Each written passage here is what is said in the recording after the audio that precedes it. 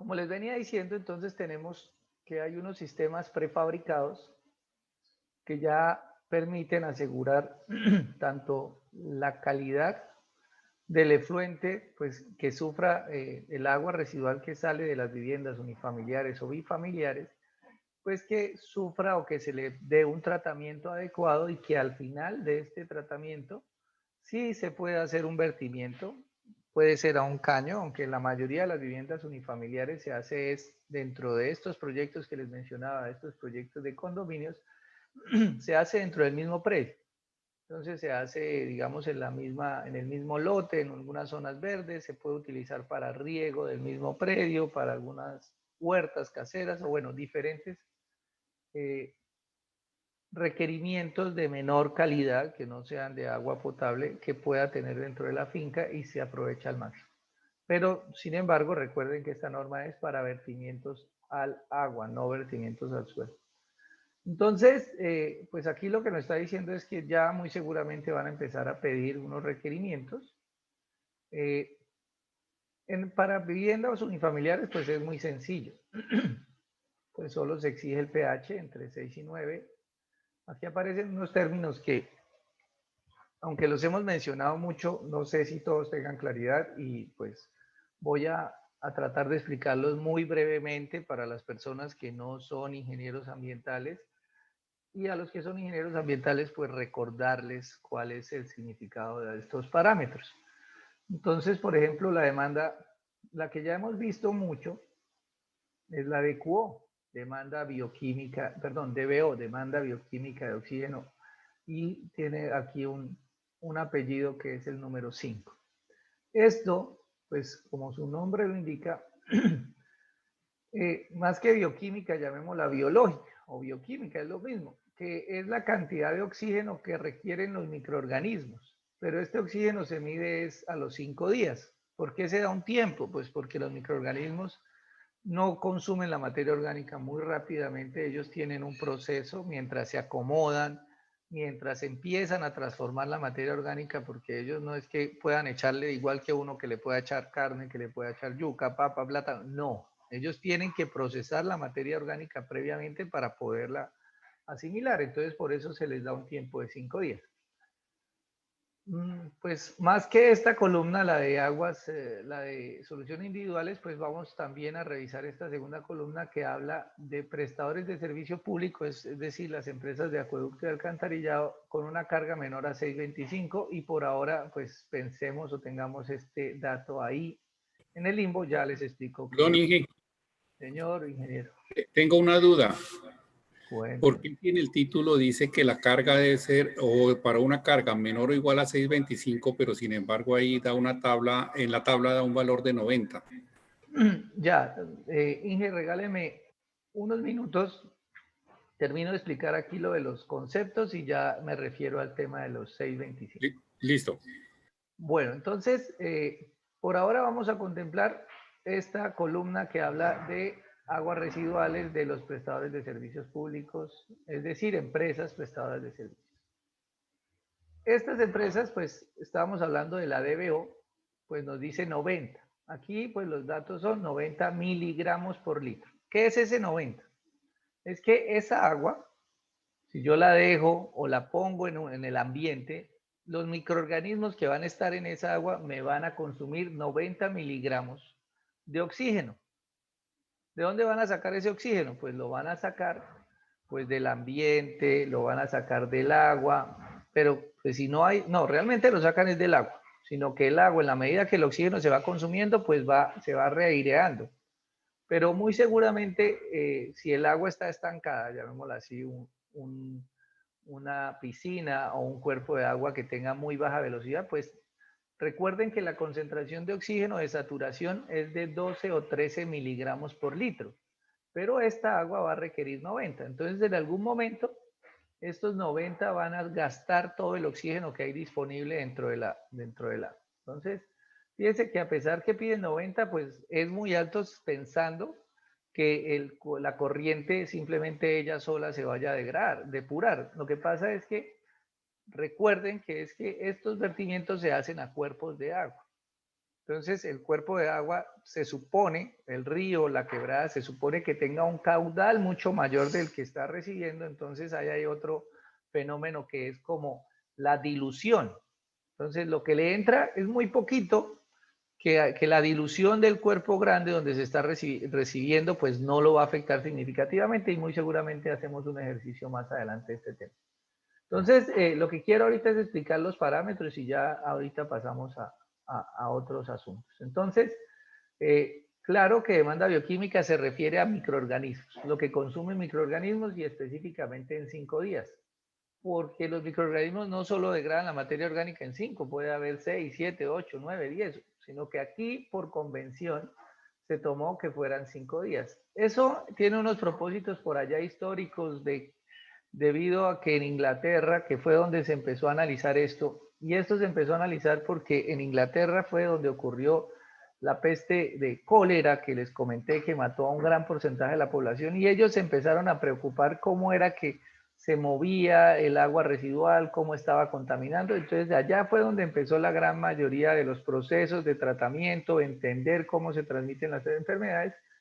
Y en Londres, la mayoría de los ríos duraban 5 días, desde, digamos, desde su nacimiento hasta la desembocadura en el océano. Entonces ellos por eso tomaron este parámetro de 5, porque después de 5 días ya no había nada que hacer, ya el agua estaba en el océano y ya el océano es una fuente de dilución muy grande, entonces no sé, ya no había ningún problema. Adicionalmente, con el tiempo nos dimos cuenta, o se dieron cuenta, que en los primeros 5 días solo se degrada materia orgánica que llama uno carbonácea, o sea, el carbón que hay en la materia orgánica. Porque también hay nitrógeno, hay fósforo, hay azufre, que ellos también se degradan, pero ellos se demoran un poquito más en degradarse. Entonces, principalmente lo que se mide acá con esta DBO5 es la cantidad de oxígeno que se requiere para degradar principalmente la materia orgánica que sea de carbón. Por otro lado, pues está este que se llama DQO. ¿Por qué se desarrolló la DQO? Pues porque medir, esperar 5 días para obtener un resultado de laboratorio, pues uno como autoridad ambiental lo puede esperar. O sea, yo le digo a usted, empresa de servicios públicos, yo quiero mirar cómo está este río no, perdón, este vertimiento, pues va uno y toma la muestra y la lleva al laboratorio y espera 5 días. Ya después de los 5 días, pues toma las medidas del caso.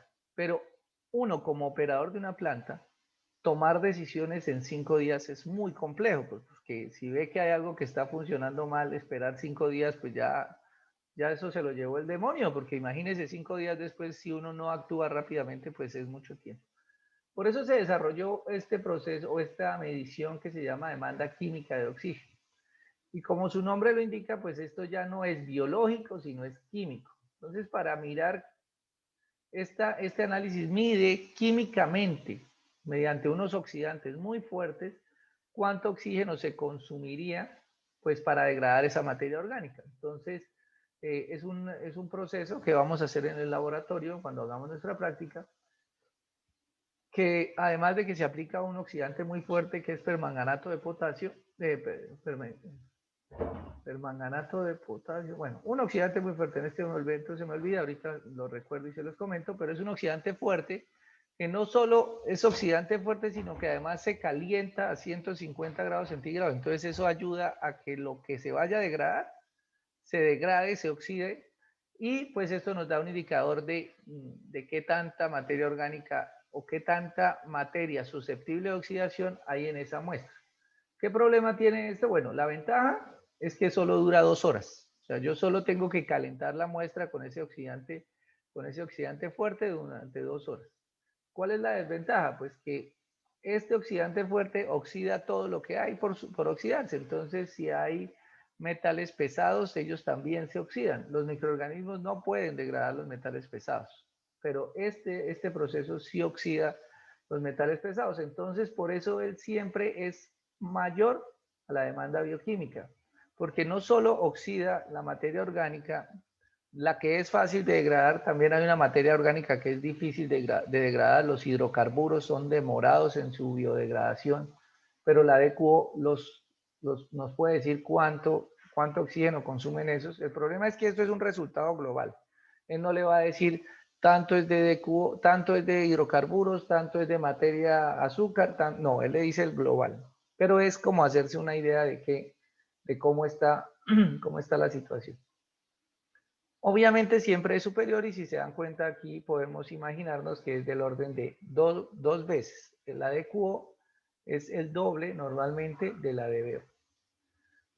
Sólidos, pues ya sabemos que los sólidos, pues es simplemente lo que nosotros le echamos a la agüita cada vez que vamos al baño, cuando hacemos del 2, esos son sólidos suspendidos. Entonces esos sólidos suspendidos no es conveniente que estén en el agua, porque los sólidos suspendidos impiden el paso de la luz, se depositan en los ríos y se forma una demanda en el fondo de los ríos que contamina. Entonces, también aquí hay un criterio de 90 miligramos y para viviendas unifamiliares, pues 100 miligramos. Sólidos sedimentables, muy bajito el parámetro, 5, que son sólidos sedimentables a diferencia de los sólidos suspendidos totales. Cojan agua con arena, la revuelven y la dejan quieta en un rato. ¿Qué pasó? Pues que la arena se sedimentó. Esos son sólidos suspendidos sedimentables. Pero hay unos elementos que no se sedimentan, que son partículas, por ejemplo, como les mencioné hace un rato, ayer, coloides que ellos no se sedimentan por sus características, por su tamaño, entonces ellos no van a sedimentar. Entonces, fíjese que este total de sólidos suspendidos, hay un pequeño porcentaje aunque son diferentes unidades, no se confundan, esto está dado en miligramos por litro y esto está dado en mililitros por litro. De sólidos sedimentables solo 5 mililitros por litro. Esto quiere decir pues que una pequeña parte del lodo o del material que estoy transportando, pues solo se sedimente muy poco. Grasas y aceites, pues grasas y aceites marca 20 miligramos por litro. Ingeniero Carlos, lo escuchamos, levantó la mano. Sí, sí, señor. Solo una preguntita. O sea, para que yo pueda medir esta columna de manera previa, yo tuve que haber hecho un monitoreo a la fuente superficial donde voy a hacer mi vertimiento, ¿cierto? Y que la DBO de esa fuente sea menor, que la carga de esa fuente en DBO sea menor a 625. ¿Es así? No, por ahora no se preocupen con esto, pero ya vamos a pasar. Primero quería comentarles Listo. sobre estos parámetros y ya pasamos a este 625 y qué es lo que se llama carga. Adicionalmente, pues hay unos parámetros que nos da unos valores, es decir, el vertimiento. Estoy hablando acá del vertimiento, porque aquí nos dicen es parámetros físico-químicos y valores máximos permitidos en el vertimiento, es decir, lo que está saliendo de la planta de tratamiento. Estos parámetros son en el vertimiento, no en el cuerpo de agua. En el cuerpo de agua hay otros parámetros. A la salida de la planta de tratamiento tenemos estos valores. O sea, que el pH debe estar entre 6 y 9, que la demanda química debe ser inferior a 180, que la demanda bioquímica debe ser inferior a 90 y así sucesivamente, que las grasas menor a 20. Sin embargo, esta misma resolución me habla de otros parámetros. ¿Cuáles son nuestros parámetros? Por ejemplo, sustancias activas al azul de metileno. Este parámetro tiene un nombre muy raro, pero no es más que los detergentes. Las sustancias activas al azul del metileno son los detergentes. ¿Por qué se necesitan detergentes o por qué debemos medir detergentes? Pues porque desafortunadamente yo ayer cuando les hablé de la dureza, que les decía que las aguas duras cortan los jabones y que a alguien se les ocurrió desarrollar los detergentes como una solución a ese problema, pues los detergentes son unos compuestos que no son biodegradables o son de muy difícil biodegradación. Entonces, no se les haga extraño cuando ustedes lleguen a visitar alguna planta de tratamiento o en algún vertimiento que estén cerca, siempre van a ver la formación de espuma. Porque los detergentes son muy difíciles de biodegradar y entonces por más tratamiento biológico que yo haga y mi sistema funcione bien, los detergentes van a permanecer mucho tiempo en la corriente de agua y pues obviamente en el vertimiento. Aquí no nos están dando un parámetro porque, digamos, es muy difícil removerlo primero y segundo, pues porque no se tienen como unos valores que digamos que después de ese valor sea malo y por debajo de ese valor sea bueno, no se tiene la experiencia. Entonces, ¿qué se hizo? Pues por ahora solo se exige análisis y reporte. ¿Qué quiere decir? Que la entidad que está haciendo el vertimiento tiene que analizarlo y reportarlo. Si no lo analiza y no lo reporta, está incumpliendo. Así, así le dé 1000 o así le dé 1, pues hay que analizarlo y reportarlo. Entonces en esto hay que tener mucho cuidado porque a pesar de que no le digan que hay un valor máximo permisible, pues le están diciendo pues que lo analice. ¿Para qué sirve esto? Pues muy seguramente pienso yo que más adelante la autoridad ambiental va a hacer un análisis de miles de datos de todas las empresas, de todos los diferentes periodos de tiempo y estos datos pues van a permitirle establecer pues un rango máximo, una varianza, bueno, diferentes tipos de análisis para poder establecer un nivel máximo permisible o hacer un diagnóstico, cómo van, qué vertimientos hay y si hay algún tipo de afectación aguas abajo para como poder establecer, puede ser causado por una o por otra cosa. Entonces, todos estos parámetros, sustancias activas al azufre de metileno o detergentes, hidrocarburos totales. Entonces, aquí cuando se habla de hidrocarburos totales son todos los hidrocarburos. Hay un procedimiento pues, que mide la totalidad de hidrocarburos, porque es que hidrocarburos hay muchos, hay aromáticos, que hay alifáticos, que hay policíclicos, bueno, eso hay cualquier cantidad de hidrocarburos, entonces este procedimiento mide la totalidad de hidrocarburos. Y también hay que analizar y reportar compuestos de fósforo, ortofosfatos y fósforo total. ¿Por qué nos interesa el fósforo? El fósforo es un compuesto pues, que es como un nutriente. Las personas o los agrícolas que están en este curso saben que cuando uno tiene deficiencia de nutrientes en una planta, pues le aplica, pues lo más común que encuentra uno es triple 15, que es nitrógeno, fósforo y potasio, NPK.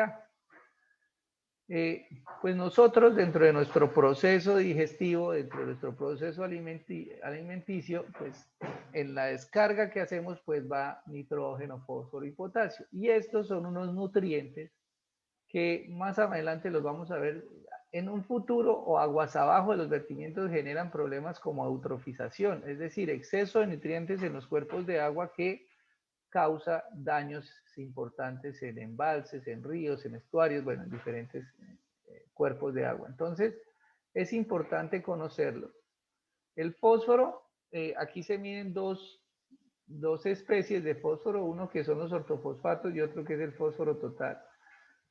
La diferencia de uno del otro es que el fósforo total, pues hay un fósforo que está dentro de las células, que está todavía a nivel molecular, y el ortofosfato, que creo, si no estoy mal, y los agrícolas, los agrónomos me corrigen, tiene que ver más que todo con el fósforo que está disponible por las plantas o en el agua para que sea absorbido por las plantas. Del mismo modo, tenemos acá 4 especies de nitrógeno. El nitrógeno total, que nuestra fuente de nitrógeno, cuando nosotros nos alimentamos necesitamos nitrógeno y lo consumimos, y la fuente de nitrógeno pues no es nada más ni nada menos que la proteína.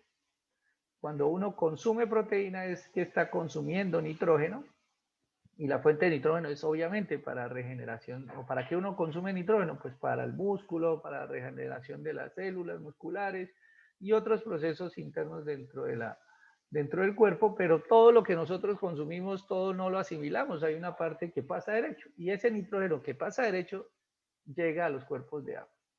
Entonces, ¿qué presencia o qué formas tenemos nitrógeno? Pues el nitrógeno como proteína, el nitrógeno en las proteínas está formado como ácidos, aminoácidos, que son unos grupos orgánicos que tienen el grupo amino y que está formado por nitrógeno. Ese aminoácido, cuando ya el agua sale de nuestro cuerpo y se va por el agua a través del alcantarillado, empieza a sufrir unos procesos de hidrólisis.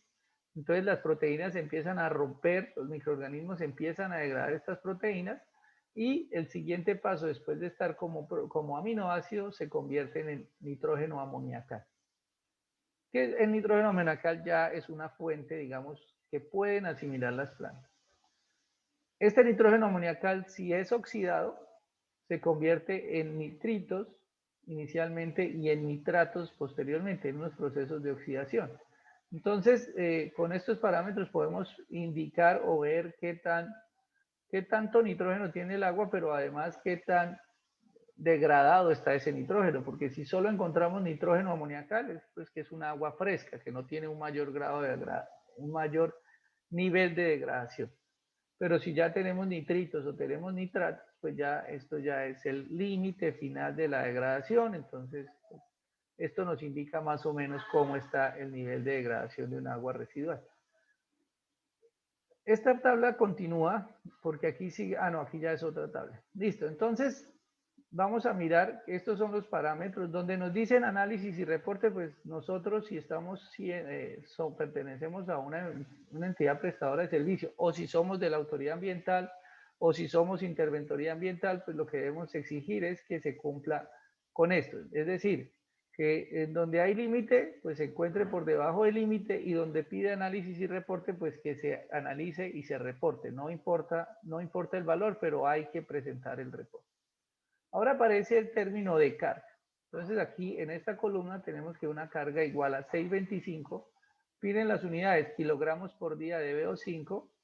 También tenemos acá otras dos columnas donde la carga varía de 625 a 3000 y donde la carga puede ser mayor a 3000. Entonces ahora sí les voy a responder la pregunta que hicieron sobre la carga. Entonces, la pregunta, ¿cómo se responde? Pues primero hay que determinar la carga. Esto que se habla de kilogramos por día de DBO5 es como la cantidad. Recuerden que la DBO5 es la cantidad de oxígeno que se requiere. Entonces, al yo hablar, por ejemplo, de 3000 kilogramos por día, es que con una descarga, lo que voy a implicar o lo que voy a solicitar o requerir, perdón, es que ese río debe suministrar 3000 kilogramos por día de oxígeno. Entonces hay unos cuerpos de agua que tienen altos caudales y son capacitados de suministrar ese oxígeno, pero hay otros que no lo pueden hacer. Entonces, ¿cómo se calcula la carga? Para poder calcular la carga, pues necesitamos un parámetro, bueno, varios parámetros, pero el más importante, pues primero es el caudal. El caudal de nuestra planta. Entonces, pues depende del municipio, depende de nuestro caso particular, pues necesitamos medir el caudal. Pues, ¿cómo se mide el caudal? Bueno, eso al final vamos a mostrar unos métodos de aforo, pero vamos a imaginarnos un municipio. A ver, ¿cuál municipio quieren que hagamos el ejercicio? Cualquiera, el municipio, proceso, planta, industria, lo que quiera. Alguno que diga un valor, como para que no digan que es que yo siempre me invito, los datos son los que funcionan y en el parcial pongo son los que no funcionan. Eso dicen unos estudiantes, yo no sé por qué será. ¿Algún municipio? ¿Alguno que quiera aportar? Yopal. Yopal. Bueno, Yopal debe estar en el orden de 400. 400 litros por segundo. Ese debe ser el caudal que produce Yopal. De aguas residuales, obviamente. Esto debe ser caudal de agua residual. Doméstica. 400 litros por segundo. ¿Cómo lo medí? Pues me fui allá y me ubiqué a la planta de tratamiento y lo medí. En el otro módulo, en la otra semana vemos unos métodos de aforo y cómo se determina esto. Por ahora pensemos que ya midieron el caudal. Entonces la carga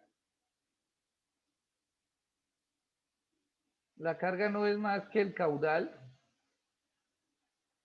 por la concentración. Y yo aquí voy a escribir entre paréntesis que era como en mi época se definía concentración, y pues lo que nos están diciendo acá, fíjese que es carga de DBO5. Entonces pues yo obviamente pues va a ser por la concentración de DBO5.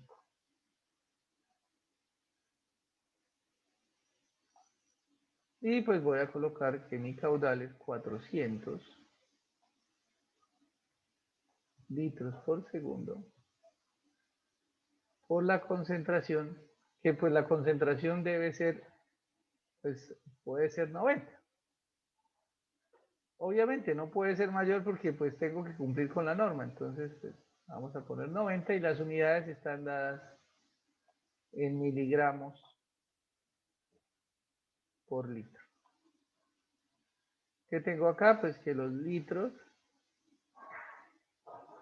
se me cancelan con los litros y me va a dar en miligramos por segundo, pero aquí el enunciado me dice que es en kilogramos por día. Pues ¿qué debo hacer? Pues convertir eso a kilogramos por día. ¿Cómo convierto eso a kilogramos por día? Pues multiplico por un factor de conversión que me dice que 10 a la 6 miligramos, se quedó muy claro, 10 a la 6 miligramos corresponden a 1 kilogramo. Ya los miligramos se me cancelan y decimos que 86.400 segundos corresponden a un día. Cada vez queda más fea esa letra.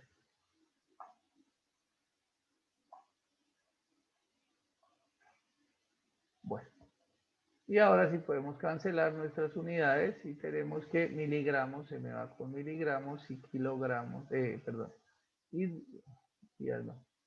y segundos con segundos, entonces la carga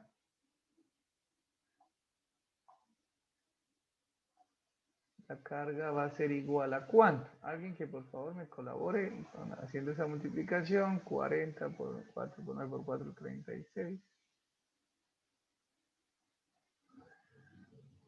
Por 80, 8, 24. ¿Alguien? O la agua cayó en mi celular.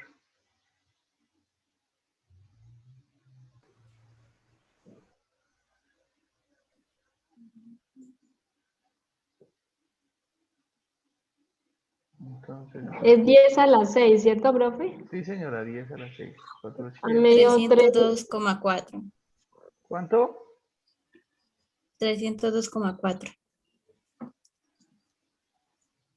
A mí me dio 3110. 110.4. Igual.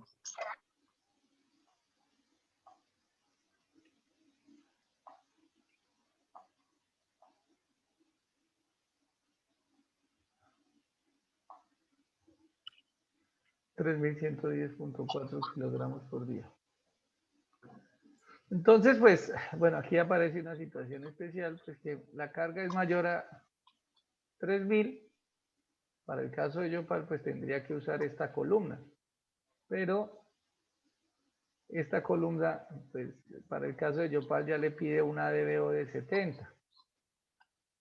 No le pide 90, sino de 70. Entonces, eso va a hacer que, pues, al multiplicar de menor a 3.000 y vuelva y lo pase por acá, pero acá va a estar en 90.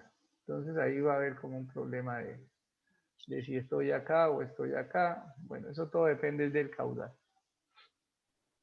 Pregunta. Inge, qué pena. Sí, señor, una pregunta. ¿Ese caudal es un caudal promediado de un monitoreo compuesto, algo así?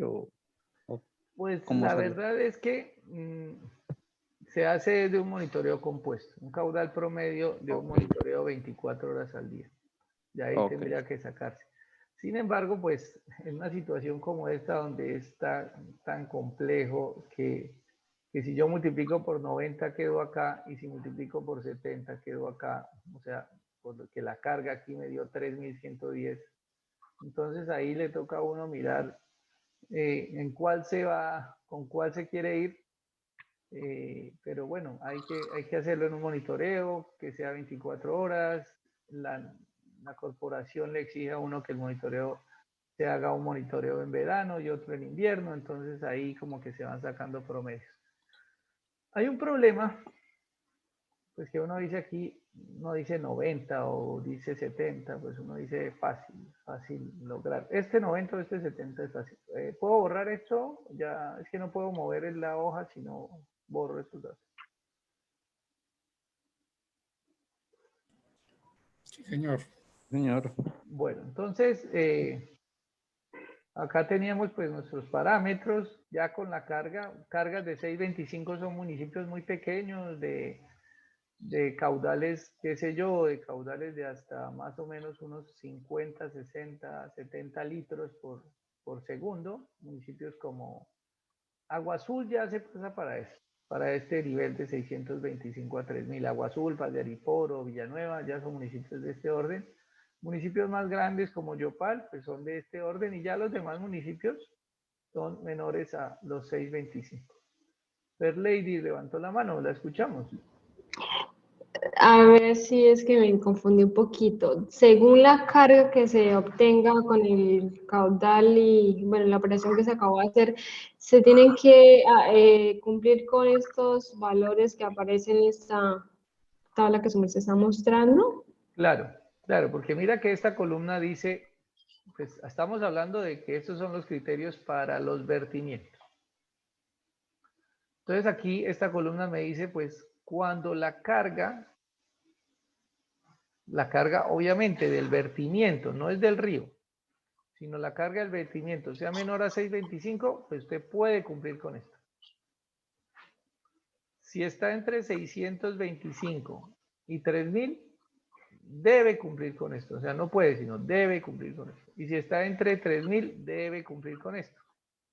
Entonces aquí hay una ventaja, señora. Y el valor de 90, el DECO que se sacó de donde se saca inicialmente. Mírelo acá. Entonces tenemos DBO. Demanda Sí, bioquímica. pero si hasta ahora vamos a hallar la carga, como sabemos que corresponde a esta tabla.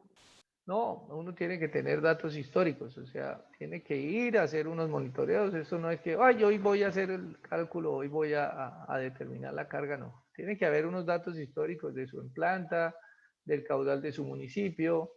Ya uno sabe, o sea, ya uno como funcionario de la empresa sabe cómo es la calidad del agua que uno tiene, cuánta agua tiene, y eso le dice, bueno, yo me estoy acá o estoy acá. Entonces ya uno sabe a dónde se va a meter. Entonces, es más, si puede pasar el caso como pregunta Fairlady, que no sabe qué tiene que hacer, mentalmente hace un análisis de su caudal como lo hicimos ahora y se previamente establece a cuál columna va a pertenecer, si está en esta o está en esta. Entonces, cuando usted mande a hacer el análisis, el monitoreo compuesto, porque es que esto se hace, estos parámetros se hacen en un monitoreo 24 horas, no es un monitoreo que uno fue y tomó la muestra y que tomó un caudal puntual, no. Es un monitoreo que dura 24 horas. Entonces, si usted está indeciso o no está seguro si pertenece a esta columna o pertenece a esta columna, pues lo más recomendable es que contrate esta columna. Es decir, que usted contrate su monitoreo, porque eso no lo hace la empresa, son laboratorios certificados, que recuerdan que ayer les dije que el Instituto Nacional de Salud certifica lo que tiene que ver con agua potable y el IDEAM certifica lo que tiene que ver con aguas residuales y otros parámetros. Entonces, usted contrata un laboratorio certificado por el IDEAM para que le haga esto. ¿Por qué le recomiendo si usted no sabe si esta o esta? Pues porque esta columna le exige más parámetros de análisis y reporte. Mire que hay unos que no están. Entonces, si usted llegó y se portó tacaño y mandó a hacer esta columna y de pronto le tocó que no era solo esa, sino que tenía finalmente que cumplir con esta norma o con estos criterios, pues le toca volver a contratar al laboratorio que vaya y le tome el resto de los análisis, pero como los análisis no se pueden tomar puntuales sino son 24 horas, pues entonces casi que le toca volver a pagar. Entonces, preveyendo eso, pues uno dice, bueno, si yo no estoy seguro, por ejemplo, en el ejercicio que acabamos de hacer, no estamos seguros si somos este o somos este, aunque eso muy seguramente ya uno lo tiene claro, pero si es el caso, pues uno manda a hacer el que le toque o el que crea que le va a tocar, con eso se ahorra un esfuerzo, un dinero y de pronto, pues no sé si las entidades, las autoridades ambientales estén llegando a sancionar por no hacer esto, por no presentar los reportes. Pero más adelante sí van a haber consecuencias. ¿Por qué? Pues porque la norma es de estricto cumplimiento. Pues hasta ahora nos la pasamos por la galleta, pero las normas son de cumplimiento y de pronto llega un funcionario que es muy estricto y no le voy a decir que lo va a sancionar de tajo. O sea, no, usted llegó, miró, le tocaba esto y no lo hizo, sino le hace unos requerimientos y le dice, bueno, ya a partir de la hora empiece a hacerme esto y de pronto le va a pedir que los monitoreos que hizo, pues que lo vuelva a hacer, entonces va a perder dinero y que, bueno, van a empezar a jalarle las orejas. Entonces lo mejor es uno, siempre lo mejor es uno hacer caso. Si le dicen que haga análisis y reporte, pues hágalo. Eso es lo que dice la norma, hágalo. Y evítese problemas. Entonces, a priori uno no sabe a cuál columna va a pertenecer, pero entonces hace uno un análisis mental. Por ejemplo, empresas con las que he trabajado como Villanueva o Pallariporo, pues simplemente ya uno ya sabe que el caudal promedio son 90, 80 litros por segundo, ya sabe uno que la DBO, pues ya sabe uno que está acá. Es más, uno no cumple ese 90.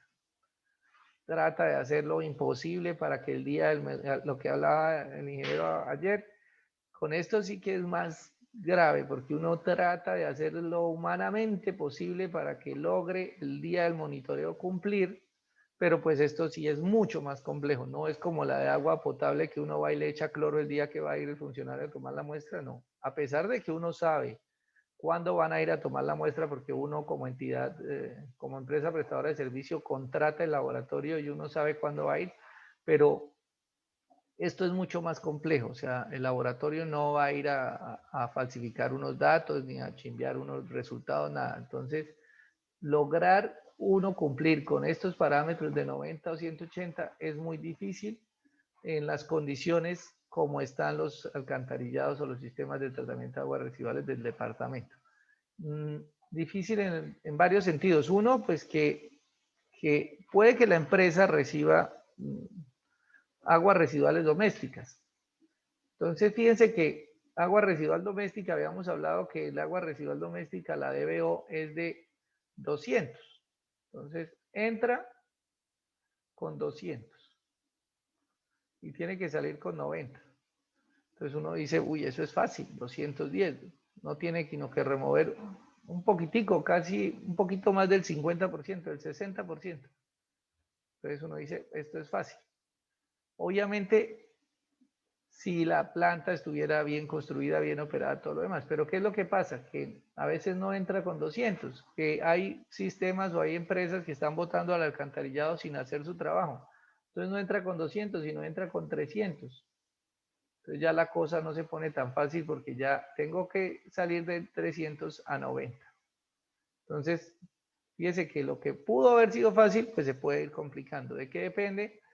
También del comportamiento de las industrias que hay dentro del municipio, porque ellos pues son factores que me pueden cambiar la calidad. Casos específicos, por ejemplo, sin entrar a hablar de municipios en particular, algunos municipios tienen conectados al matadero, al alcantarillado. Y como ustedes saben, aquí los mataderos no son lo más eficientes técnicamente hablando y mucho menos en sus tratamientos de aguas residuales, pues eso es unos problemas gravísimos a la entrada de la planta de tratamiento, porque pues esto colmata, llega rumen, llega sangre, y bueno, eso vuelve nada al sistema de tratamiento.